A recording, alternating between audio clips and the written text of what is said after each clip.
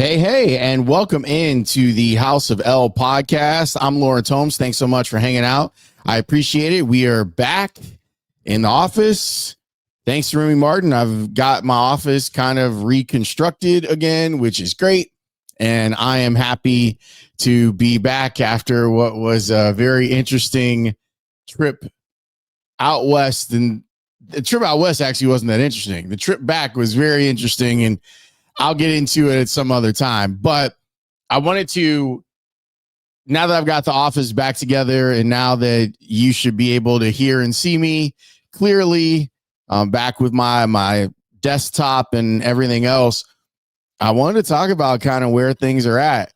I spent the morning / afternoon both like getting everything put back where it's supposed to be and watching what was a relatively boring slate of games that started at noon. And I kept one eye on what was going on with the Rams Carolina. Now, I thought that the Rams would do the job. Carolina is they're a really funky team to try and figure out. You know, I'm a big Bryce Young guy, and I do feel like he's been playing better since he returned as a starter last year. But we all saw that Monday night game. That was dog shit. And considering the type of football that the Rams are playing, where you have a legitimate MVP candidate, Matthew Stafford, out there balling out, I thought this would be pretty easy for them, and it wasn't. It was so not easy for them that they lost, and them losing means that the Bears, for now, are the number one seed in the NFC. And as Judy Batista tweeted out, the thing that we all saw coming, that the Bears would be the number one seed. But that's what we're talking about now. Them being number one. Huge game, big implications, both in the division and in the conference with the game against Green Bay. It's so funny to me that Speaks and I did that whole thing about the Packers when the Packers were in a 3-game losing streak a few weeks ago. And that thread on that reel on Instagram is still getting commented on and shared. And there are a lot of Packers fans that most of the Packers fans I've seen have been like, yeah, the Bears are a problem. And then there are some that's like, no one's scared of them. And who have they beaten? And now you add in the win against Philadelphia, and a lot of people are taking notice. What I wanted to talk about was where we all were a year ago. And I know I spent a little bit of time talking about this on the post-game pod on Friday, but I think about that. Like, that's a big moment. Like for me, I was watching the game. Thanksgiving was at my parents' house. I was watching the game with my dad. And as I've told people, my dad's an academic, okay? You have to really explain to him stuff. And these are the things that would happen at dinner tables from the time I was a little boy, on explaining why things are important and why they should get involved or care about things. He's not super sportsy, but he does care about the Bears. When I was younger, and he was always impressed that I was working with Doug Buffon, because Doug Buffon was like his favorite player. So he was always impressed that Doug knew who I was, and I would talk football with him when I was covering the Bears on a daily basis, that I would come on with Doug and LB and do the post-game show. But it's not in him to be like rah-rah. Like, he's not that type of fan. But he loves to sit and watch. Like, I'll get a text message from my mom every week. You're like, what channel are the Bears on so your father can watch the game? So we're sitting there watching the game. And I remember saying to him, I didn't like how the game was being called. I didn't like that it felt like the Bear, even though I think, what were they down? 16-0, something like that at the half.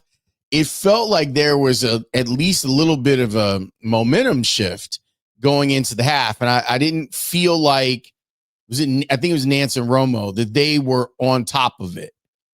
So the Bears come back and they rally back with Caleb and the boys, and they fall short. They fall short in an embarrassing fashion.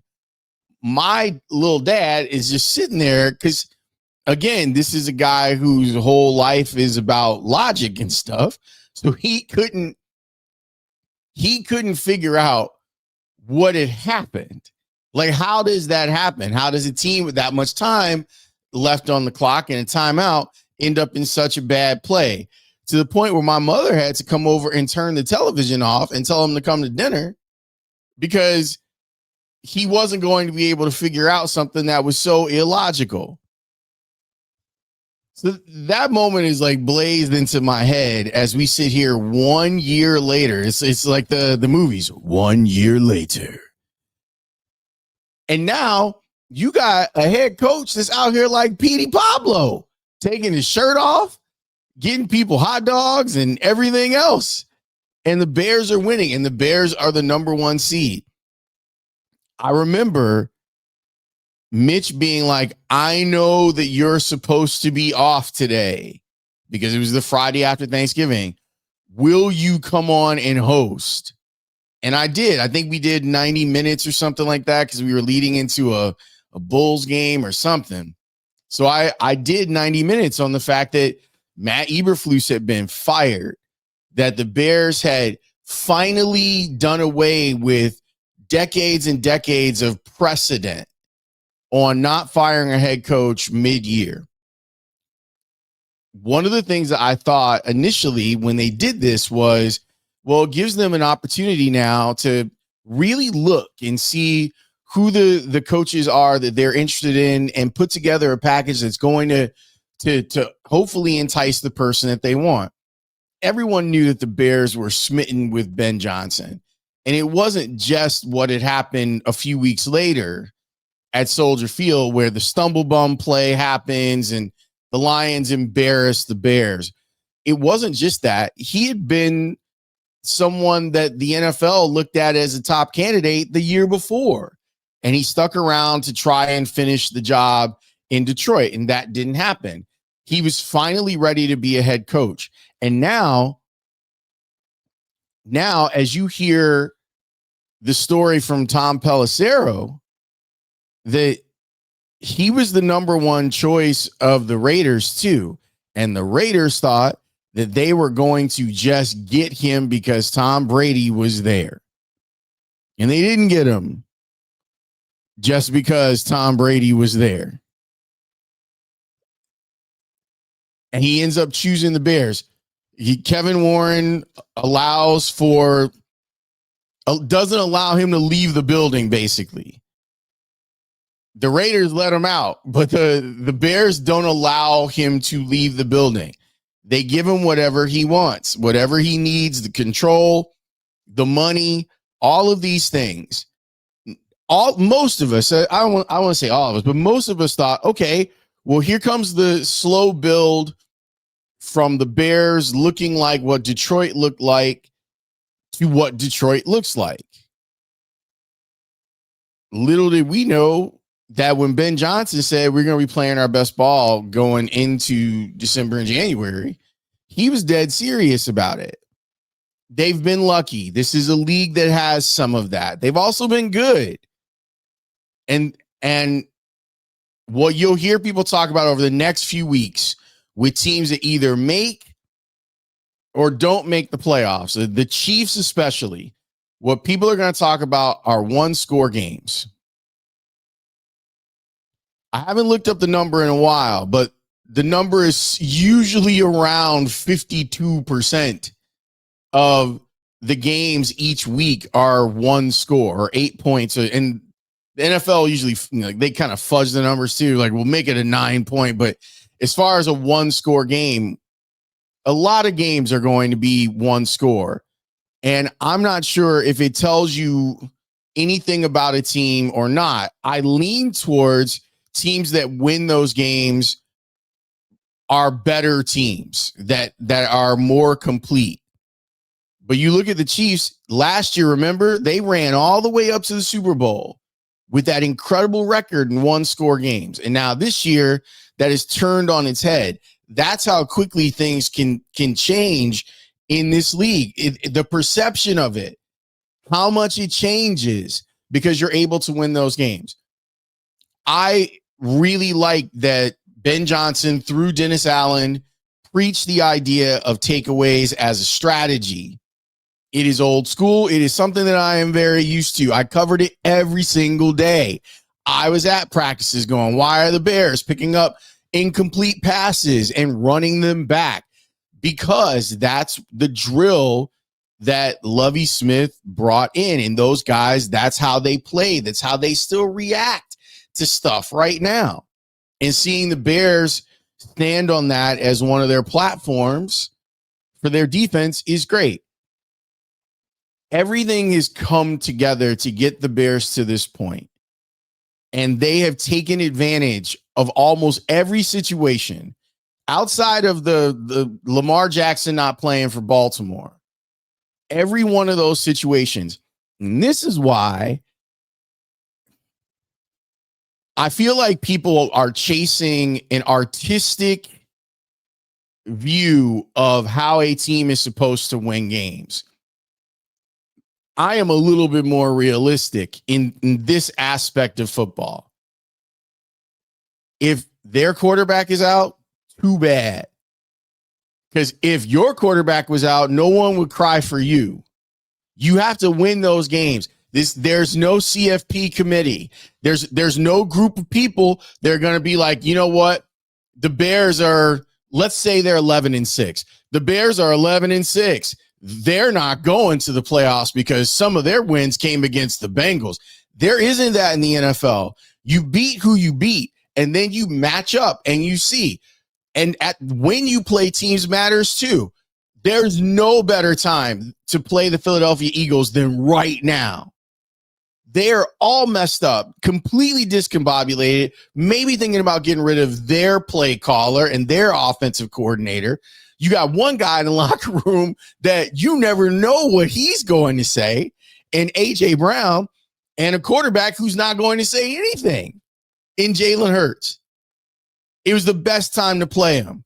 And the Bears came in with the best game plan to beat him. Even though you look at the statistically, or you look at the pieces on the field and go, wow, you're going to devise a run game to go right at Jordan Davis and Jalen Carter? That seems crazy. And what did they do?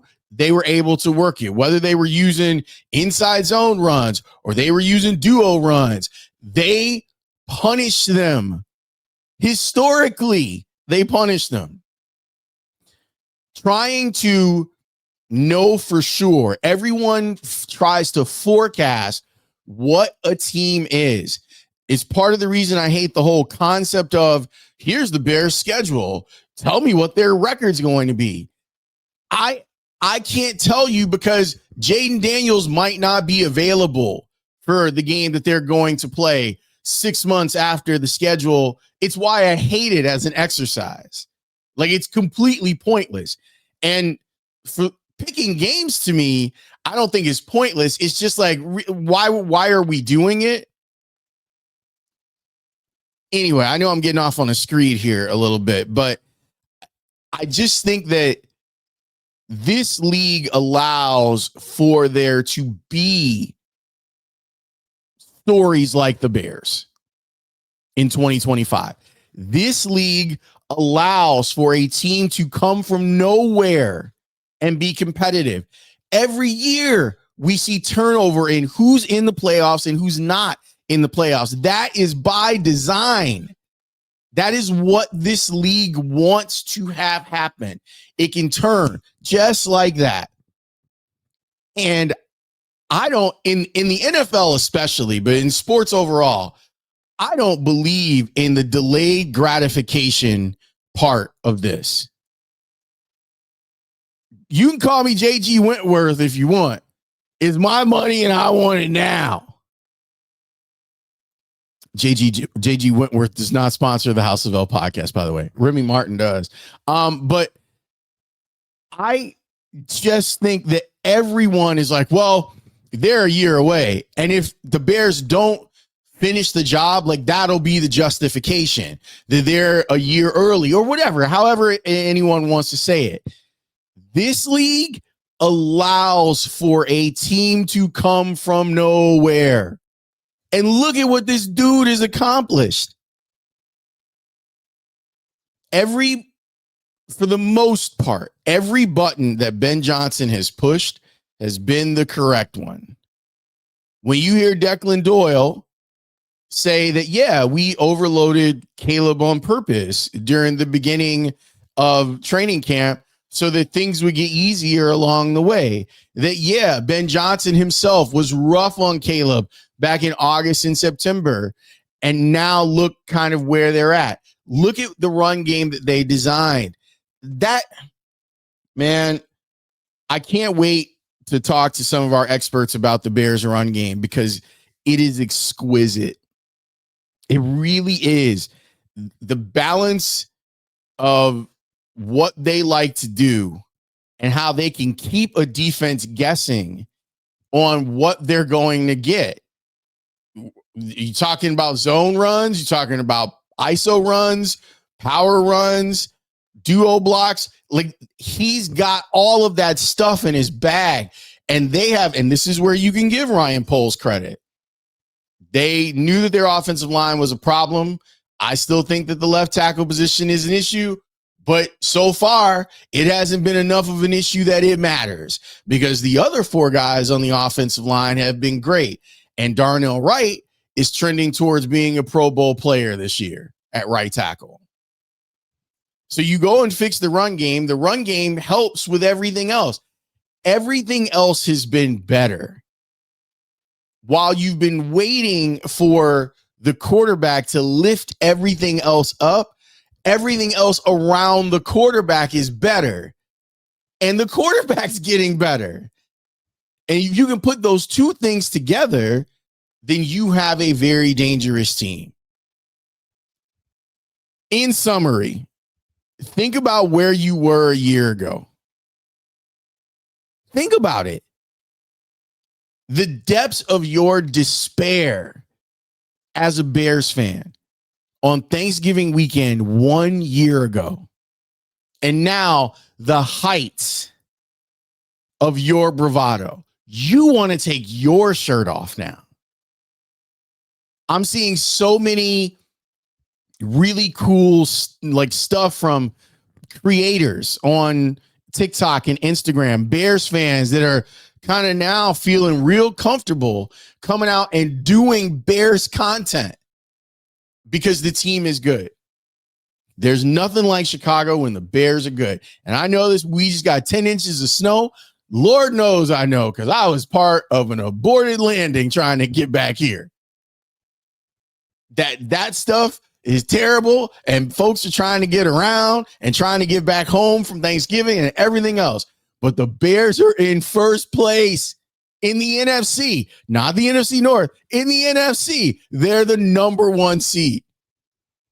And a year ago, I was walking down North Avenue. Like, I had finished my show. I finished Spiegel and Holmes. And after the show, I went and got something to eat. And I was listening to Ranji because Ranji was on. And he was talking about, like, man, this got to be the bottom of where the franchise is. And he was right. And you were right that it was embarrassing and that the Bears should do something about it. They did. And then they did the thing that we never thought they were going to be able to do. Get the guy that everyone wanted. They got him, and it has just been a really incredible run. I'm not ready to see it end just yet. I think if you're here, make trouble for everybody. Sure, at first you're happy when you're a 6-win team. And you're thinking, hey, look at this. Bears are 6-3. Look at that. When you're a 6-win team, you're going, they might be able to get, yeah, that's great. When you at some point late in the season, in December, you occupy the number one seed spot, in your conference, the door has been kicked down. Now, all you have to do is play. And to get back to Ben Johnson's influence, when you watch him coach, you never feel like he's so far behind his competition like you did in the past. In fact, you feel like he's ahead of the competition. Now, this week's going to be great. Him and LaFleur, two guys that really know how to coach, who know how to get stuff done. And a Packers team that's probably feeling a little bit disrespected and a little bit wounded and a little bit afraid that while Detroit and Minnesota are fighting things out, all of a sudden, here come the fucking Bears that they have to deal with. So this week's going to be a lot of fun. And you deserve it. You deserve the fun. That's the other thing that I want to talk about. Just real quick, before we get out of here. You've spent the last, let's call it 15 years of being a Bears fan, walking around with a dark cloud over your head. And so it makes it difficult to have fun. It makes it difficult to believe in stuff. And I'm not here to tell you that Ben Johnson is going to be Andy Reid. It would be awesome if he is, or even Mike Tomlin. All I'm telling you is that in the 2025 season, there is no one who's doing a better job at coaching their football team than him. No one. And I'm a McVay dude. He's doing a great job too. He's not doing a better job than Ben. Ben's walking out there with a 7th round draft pick playing tailback that went for $1.25. Look, a player that when he was in Detroit, he didn't even necessarily want DeAndre Swift is out there making it happen. A player that most people wanted gone is out there making it happen.